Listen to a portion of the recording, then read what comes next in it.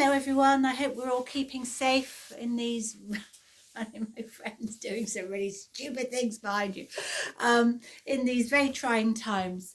My name is Kate Wiseman, and if Penny could shut the door, that would be a really good thing.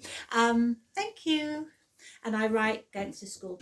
A couple of my readers have asked me to record myself reading it so that they can listen to it. Well, I don't know, they've got nothing better to do really. So I thought I would do a chapter a day and stick it on YouTube if I can work out how to do it, because I'm terrible at things like that, but we can't be good at everything. So I am going to read you the very first chapter of the very first Gangster School book. Okay, here goes. Chapter 1. Millie could stand it no longer. She strode up to the tall boy, who was completely engrossed in the game he was playing on his mobile, and poked him in the ribs. No, she didn't. She poked him in the ribs with her rolled-up school prospectus. You do know your pocket's being picked, don't you? The boy gaped at her before dragging the headphones off his mop of hair and swivelling round to look behind him.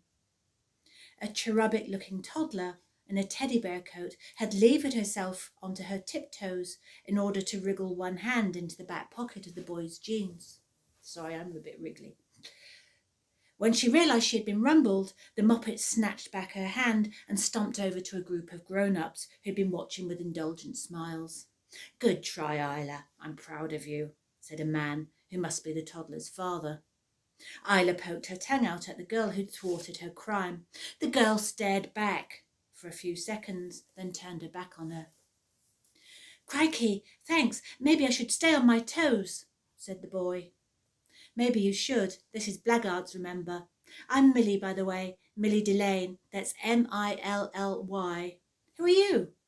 The boy looked a little surprised at Millie's directness. "I'm Charlie Partridge. Great to meet you." "Tell me something, Charlie," Millie said. "Has your dog read the prospectus?" Charlie looked blank, so Millie tried again. "It does know that it can't come with you." She straightened out the thick wad of paper. "Look at this. Pets are strictly forbidden at Blackguards. Criminal masterminds are supposed to be heartless loners. You won't scare anyone if you're mooning over a fluffy kitten," she read. Charlie looked down at the dog. It seemed to be glued to his leg. It was whitish, curly-haired, and putting it politely, it smelt powerfully. Its eyes never budged from Charlie's face. "Yeah, you know that, don't you, Gruffles?" "He's not happy about it, though." "Gruffles? Great name." "Poodle?" Millie examined the dog with interest. "No, he's actually, I don't really know." Charlie frowned as he looked at his pet. "A spaniel with some beagle mixed in, probably. Maybe." "A spangle! That explains his patches. I thought it was odd having a patchy poodle." There was a short silence as they both stared at the dog. "He hasn't got any patches. He's white all over. It's mud, I hope." Millie took a deep sniff and wrinkled her nose. Charlie followed suit and fanned the air in front of his face with his hand. Millie's lips twitched. She started to laugh. A second later, Charlie joined in. "I don't know why he smells so bad. Mum's always bathing him. He hates it." As he spoke, Charlie gestured towards his parents, a short woman in a white suit and a much taller man.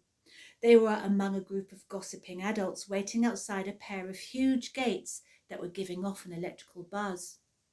At first glance, the gates looked like upright muddles of metallic spaghetti, but when you looked closer, you began to make out shapes in them. There were snarling bear heads, at least a dozen, scattered between poison ivy leaves. The borders looked a lot like clumps of stinging nettles. A bell inside the school grounds began tolling 9. The chatter stopped, and all eyes swivelled towards the gates. As the final chime ran out, a tall woman in a grey trouser suit appeared. She prowled down the tree-lined path, stopped at the gates, and punched some numbers into a keypad. The gates slid apart, their steeliness mirrored in the woman's watchful eyes. Her glossy brown hair was shot through with streaks of grey. She stalked into the middle of the crowd and tapped her foot as she waited for the spurt of applause to die. "Thank you, welcome." Her voice was deep and throaty, almost a purr. I'm Griselda Martinet, the head teacher. Students, it's time to take your first steps through our infamous twisted gates. I'll wait for you inside. Say your goodbyes and join me. She walked a short distance away, then stopped in a patch of sunlight just inside the grounds and stretched in the warmth. Charlie gave his parents swift hugs and a longer one to his dog. He and Millie joined the crowd jostling through the twisted gates to the accompaniment of Gruffle's howls. In front of them were dense woods, with a path cutting through them towards a distant building. Its long thatched roof was just visible above the tree line. The pair chatted as they edged towards the head teacher. Your parents not here? The boy inquired. Nah, they offered to come, but I thought they'd get upset. Dad especially. The girl rolled her eyes. As they caught up with Miss Martinet, a distant but spectacular yowl from Gruffles reached their ears. The head teacher walked beside them, smiling. Dogs, so pathetically devoted. He'll get over it, eventually. Oh well, on to more interesting things. Turning to face the crowd of children following her, she called out in a loud voice. Firstly, remember that outside of blackguards you must, if you value your kneecaps, refer to the school by its cover identity. Constance Bottomley's Academy for the Rural Arts. The dependable public, all those tedious, law-abiding citizens, must remain ignorant of our real identity. From now on, the less you have to do with dependables, the better. Now, a little chat about the school uniform. I expect you can't wait to get into it. Their stripy burglar's jumper, even a black mask for formal occasions. Your first chance to look like real criminals. Who's just itching to put it on? A dozen eager hands shot into the air. Miss Martinet smiled. Well, that's just lovely, and I'm sure you'll look marvellous in it. But never, ever wear your uniform outside the school gates. The reason should be obvious. Do I make myself absolutely clear? There was no trace of his smile now. Her eyes had narrowed, and they were glittering like icicles in winter sunshine. Millie and Charlie took an involuntary step backwards. Miss Martinet opened her mouth to say more, but at that moment a woman hurried out of the woods. She caught her foot in a tree root and stumbled. Her face flushed, and a look of thunder descended over it. She was a good bit younger than Miss Martinet, and she was wearing a prim grey dress. Her hair had been pulled into a bun that was so tight it looked as if her eyes would pop out of their sockets. Head teacher, I would apologise for this interruption if politeness was in my nature. As it isn't, I'll simply say that your presence is required now. A group of Year 9s has captured Mr. Molesworthy. They've squeezed him into the safe used for bank robbing practice, and they're refusing to let him out until he gives them the combination of the school's strongbox. There's not much room in there, or air, the safe I mean. There's probably even less in the strongbox.